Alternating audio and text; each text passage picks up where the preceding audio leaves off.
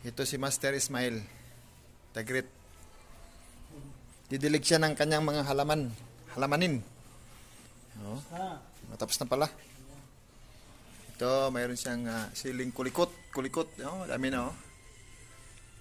Ito, kamatis.